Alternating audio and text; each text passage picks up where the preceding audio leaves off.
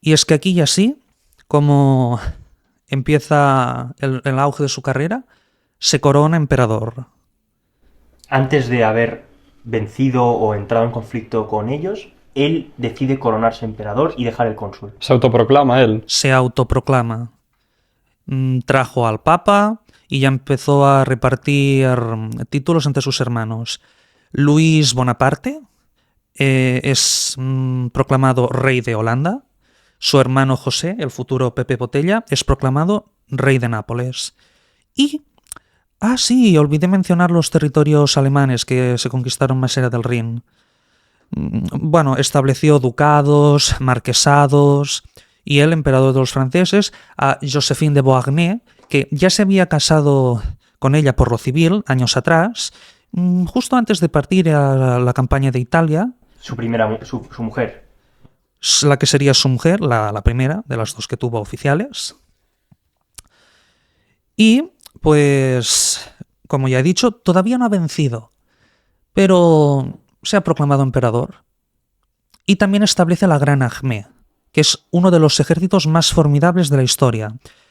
La Gran Armée se compuso con el grueso con los soldados que tenía pensado Napoleón destinar a la invasión directa de Gran Bretaña. Ya estaba construyendo nuevos barcos para emprender una invasión marítima. Pero viendo que querían atacarle por detrás todas las monarquías continentales, pues desvió el ejército que tenía su sede principal en Bolonia, y estamos hablando de 350.000 hombres. Y bueno, pero es que es una cifra irrisoria en verdad, porque se está enfrentando contra toda Europa, más el desembarco que los ingleses tienen planeado hacer. Y es que Napoleón, él dijo que en toda su carrera no había aprendido nada que no supiera. Y es que aquí hay una cosa que es verdad, y es que Napoleón tenía mucha pericia, era creativo, sabía operar sobre el terreno, pero es que las tácticas que utilizó ya habían sido diseñadas por teóricos militares. Él también aportó su imaginación, como por ejemplo la concentración de tiro. De sus tiempos en la escuela militar, su formación como artillero. Y empieza la formación en grupos armés, en corps d'armée, perdonad el francés. Los ejércitos entonces iban concentrados y las monarquías absolutistas aún no estaban acostumbradas a hacer la guerra como lo habían hecho los franceses hasta entonces. Los franceses, como ya hemos visto, se estaban enfrentando a toda Europa desde hacía muchos años, mucho antes de esta situación de Napoleón. Y pues empezaron a reclutar a todos los varones de Francia. Es por eso que tenía esta gran cantidad de soldados Napoleón, que ya habían sido contratados por los revolucionarios como Robespierre. Y bueno, él establece el corps d'armée, que consiste en dividir el ejército en pequeños grupos, que tampoco estén muy distanciados entre sí, y que cada grupo pues tenga primero el cuerpo, que sea sobre todo infantería, unas piezas de artillería y caballería que puedan resistir, o por lo menos retroceder, mantener una retirada ordenada hasta ir concentrando tropas. ¿Y esto qué le permite? Ahora no solo Napoleón está viviendo del terreno, porque lo sigue haciendo igual que en Italia, sino que puede conquistar más territorio que sus contrincantes, que siguen las estructuras feudales y van todos en masa y no viven de la tierra, que también, pero viven más de los suministros que les van llegando. Es decir, plantea este nuevo método de ataque, ¿no? ¿Cómo has dicho que se llamaba? Corps no es un método de ataque, es organización. Corps d'armée. Corps d'armée, vale. Como una especie de armada suya, ¿no? Digamos, como su ejército, digamos. Vale. Pero mi pregunta es, ¿qué batallas vence? ¿Tiene éxito militar en algunas de estas monarquías absolutistas que has mencionado del norte de Europa? ¿O realmente eso no es funcional? Es funcional. Los derrota a todos. A todos. Napoleón, con esta nueva táctica, pues, a ver, sigue teniendo inferioridad numérica, porque aunque sean todos los varones de Francia y los ejércitos europeos, pues sean feudales, sea un ejército contratado por los nobles a toda prisa, pues sigue siendo muy numeroso. Y aquí está uno de los ingenios de Napoleón. Voy a golpear primero. Si golpeo yo primero, puedo establecer mis condiciones. Aunque todavía luego esté en desventaja numérica, he derrotado a un ejército y tengo un nuevo territorio. He golpeado primero. Y esto lo demuestra primero en Ulm. ¿Dónde es? Ulm es una ciudad que pertenecía entonces a la monarquía de los Habsburgo. Y sí, estamos en Austria.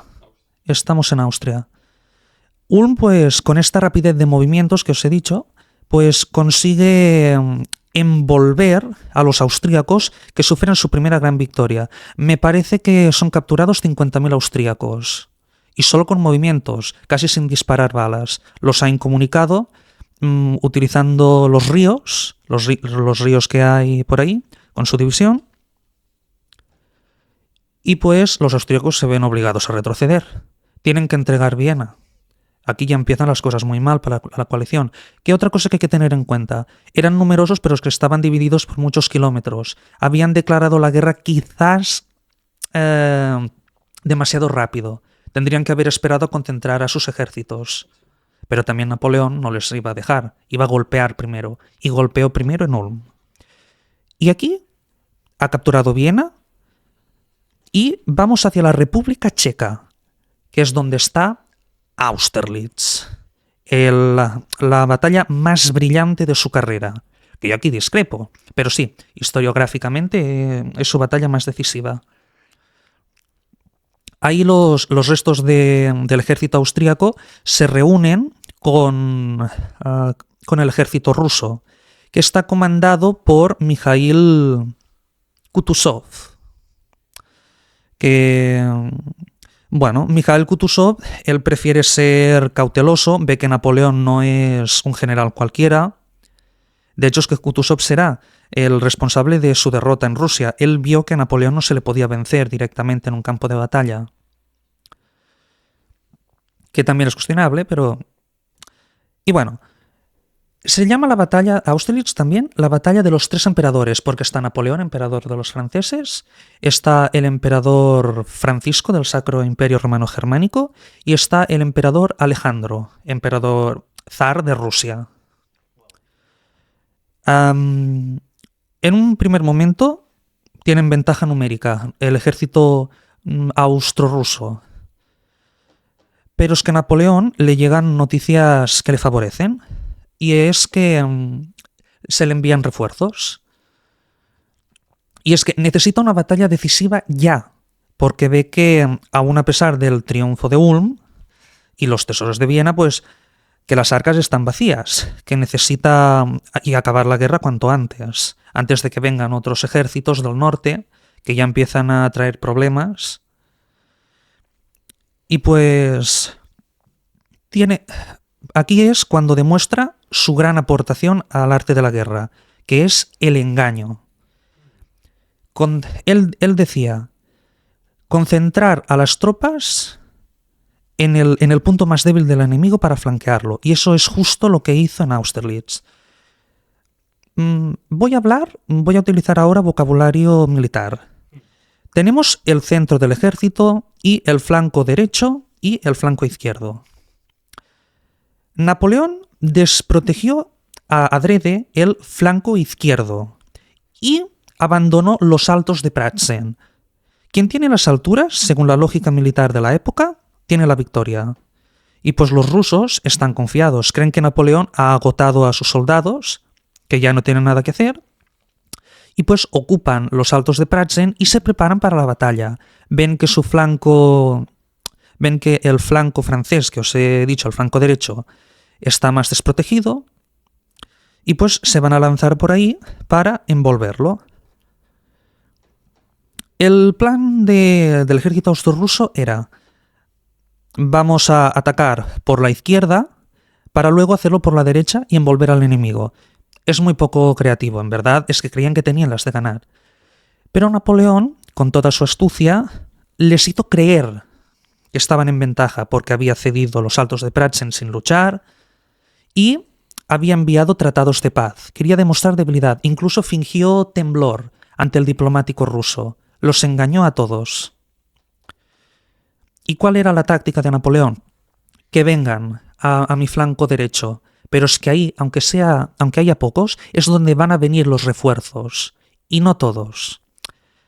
En mi flanco derecho voy a tener buenas divisiones que resistan el alud de soldados. Pero yo me voy a encargar que en mi centro y en mi izquierda estén el grueso de mi ejército para ocupar los Altos de Pratzen otra vez y mantener a raya con mi izquierda la derecha austrorusa, y así, una vez en los reconquistados los Altos de Pratzen, dividir al ejército enemigo y poder aplastarlos. Divide y vencerás, frase de Alejandro Magno, seguro que la pensó. Y la batalla evolucionó bien. Consiguió mantener el orden, todo iba según lo planeado.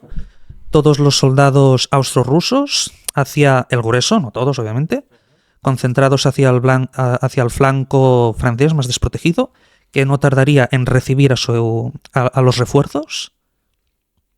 Y Napoleón avanza hacia Pratzen, que aquí tenemos un recuerdo de la campaña de Egipto. Napoleón se había llevado a muchos mamelucos, que veía que eran muy diestros en combate. Y anexionó a su ejército. Muchos formaron parte de la Guardia Imperial. Tenemos un cuadro de Goya del alzamiento del 2 de mayo. Estaban allí. Los mamelucos formaron parte de la élite en la Guardia Imperial.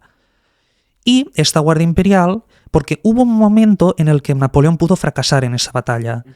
Los rusos veían sus intenciones y enviaron su Guardia Imperial, la Guardia Rusa.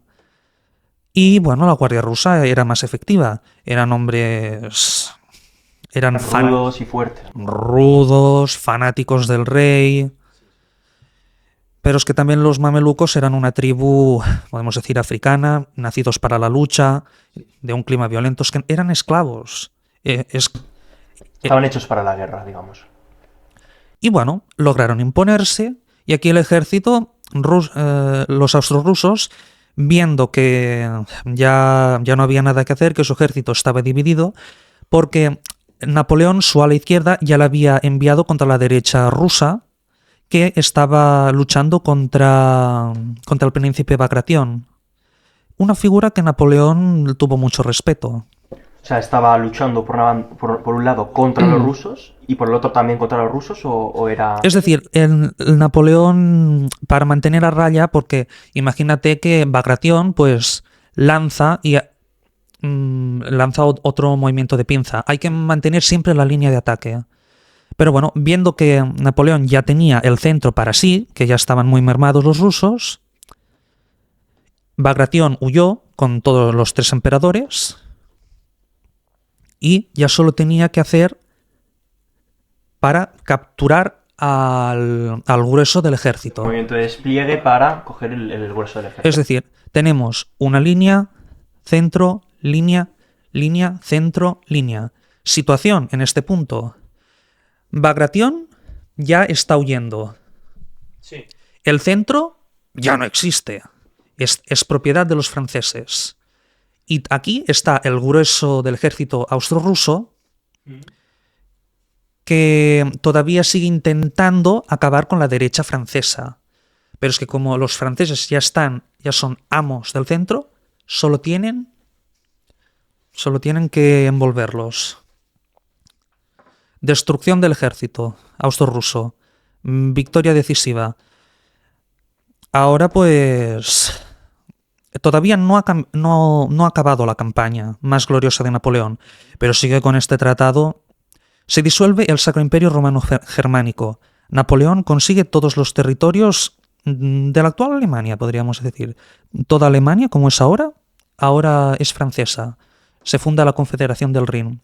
Y los austríacos, su emperador, Francisco José II tiene que joderse y rebautizarse. Ahora será Francisco I de Austria, porque la monarquía del Sacro Imperio Romano Germánico queda abolida, que la abolió él mismo porque no quería que Napoleón, que era un gran enamorado de la historia, cogiera ese título que había pertenecido al emperador de los francos, Carlomagno. Sí. Pero, aquí está. Tienen que pagar una gran indemnización y ceder muchos territorios. Entre ellos el Sacro Imperio Romano Germánico.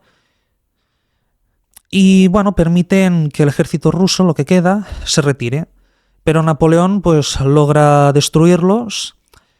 Y aquí es cuando ya se une a Prusia a la guerra, que hasta entonces había estado dubitativa. Prusia era un reino germánico, un reino alemán, que más adelante sería el responsable de la unificación alemana. Y bueno, logra destruir a los prusianos en Austerstadt-Jena y a los rusos definitivamente en Friedland. Se acabó. También logra que los suecos sean destruidos. Los daneses no tuvo demasiados problemas. Es decir, no hay rival que le haga sombra, ni aunque lo intentasen, no lo intentarían. Aunque lo quisiesen intentar, no lo. No, es que lo han intentado, pero han fracasado todos. Gracias a que Napoleón ha golpeado primero, gracias a su buena movilidad, a que su ejército está bien curtido, a que ha superado las estructuras rígidas del antiguo régimen. Ya estamos hablando de un nuevo concepto de la guerra.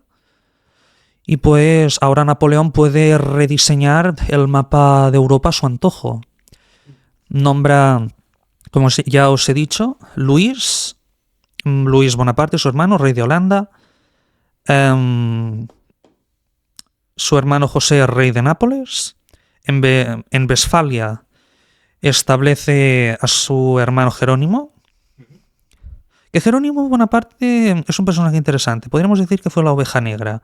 Pero bueno, nepotismo. Tuvo a su hermano que le dio un cargo de prestigio.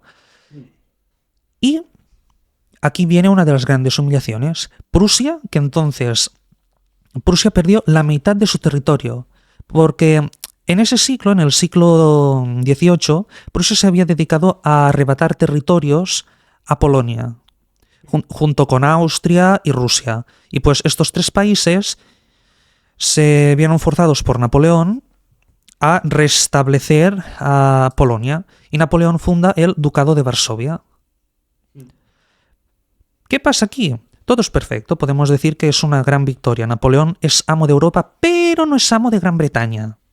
Gran Bretaña sigue incomunicada, su flota impide el paso de las tropas francesas y por las mismas datas en que Napoleón vence en Austerlitz, su flota es destruida en Trafalgar.